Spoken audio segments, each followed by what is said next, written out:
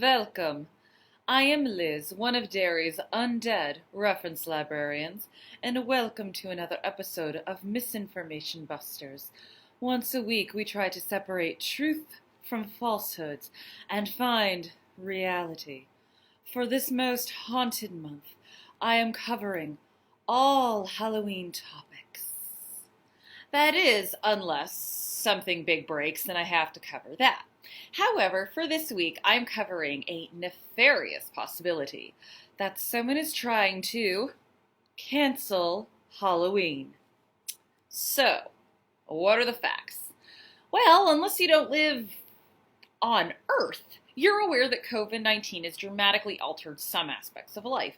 We went into lockdown, and then we got out of lockdown, we maintained distance, and we're still wearing masks. At least I hope we're still wearing masks. And as the year went on, big events kept getting canceled as it was not safe at the moment. Personally, I lost Anime Boston, Boston Fan Expo, and Camp John Waters, so feel your pain, everybody. So now, in the month of October, there's a big question on everyone's mind. Halloween. For a lot of people, especially parents, Halloween is a big deal. It's a breath of fun and of normalcy, for kids especially. So when the CDC released guidelines that discouraged trick-or-treating, people were not happy. Memes went around asking people to protest the cancellation of Halloween, while others got creative with candy distribution, and some just claimed to go trick-or-treating anyway. Others decided, hey, there's no one saying we can't just hang out and eat fun-sized candy. Regardless, it looks like COVID is making Halloween different this year, and on social media, people are wondering if it'll happen at all. So, what are the facts? To start, I would like to say, as someone who loves Halloween, it's my favorite holiday, I still dress up, obviously, no one can cancel an actual holiday. No one is saying Halloween, the holiday that takes place on October 31st, is canceled. And I know that some people equate Halloween with trick-or-treating, so I do believe it's an important distinction to make. Because yes, some towns and municipalities and venues have called off trick-or-treating or other town-wide Halloween events. In Richmond, Virginia, all Halloween activities on Hanover Avenue were canceled by the Fan District Association. In California, Halloween events at amusement parks like Disneyland and Knott's Berry Farm were canceled. And even here in New Hampshire, the Halloween parade in Portsmouth was canceled. But it's important to keep in mind that doesn't mean your town is going to do this. Decisions like this are usually made on a county or a municipal level. And this isn't the case of a government trying to control anything.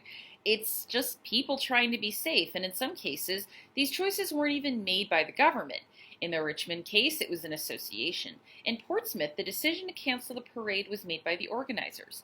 Former parade marshal Monte Bohannon said, quote, "We have exhausted every possible option, including a reverse parade, alternate locations, a rolling parade, and route changes, and we determined there is simply no way to keep the spirit of the parade and keep the spectators and participants safe during the pandemic.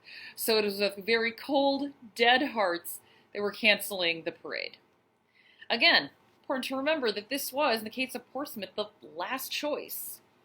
It's also important to remember that no one is trying to ruin anyone's life. No one is trying to rob a kid of any fun. No one is pulling a Dean Wormer, no more fun of any kind.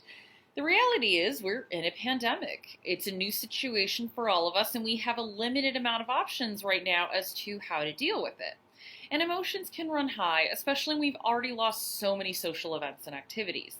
The added weight of losing something that's specifically fun for kids and maybe a bright spot in a tough year, it's a hard choice to make, so keep that in mind instead of demonizing someone who does have to make the call on this. Speaking of no more fun of any kind, let's look at those CDC guidelines.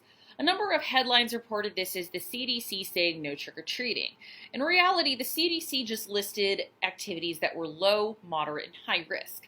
High risk was stuff like traditional trick-or-treat or indoor Halloween parties. Moderate was one-way trick-or-treating where kids could pick up individual goodie bags with no contact, or a distanced Halloween parade. Low risk was having a scavenger hunt style trick-or-treat search where your household members go around your home rather than going house to house.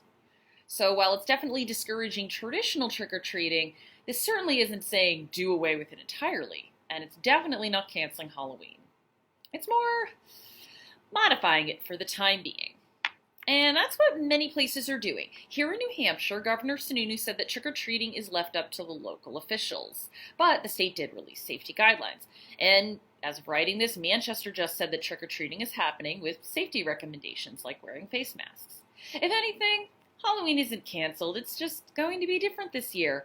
I, for one, enjoy seeing stories of people getting creative with the distance trick-or-treating, like the person who made the candy chute. I want one. Year-round. So, it turns out the fear of trick-or-treating being canceled has some validity, but only if we're looking at it nationally. Locally, it doesn't look like it'll happen here in New Hampshire. The best thing you can do is keep an eye out for what your town is doing and remember that, yes, this is a hard decision for everyone to make. And at the end of the day, Halloween is in your heart. Even if trick-or-treating doesn't happen, Halloween is still on. Decorate your house, buy candy, carve a pumpkin, watch a horror movie or 7, take a picture of yourself in costume. Just, warning, don't use those silver shamrock masks. Last time I saw someone wear one, a bunch of bugs came out of their head. Thank you for watching, and as always, look for sources in the comments, and if you want to do some research, use our EBSCO databases available through the library's website, and I will see you next week.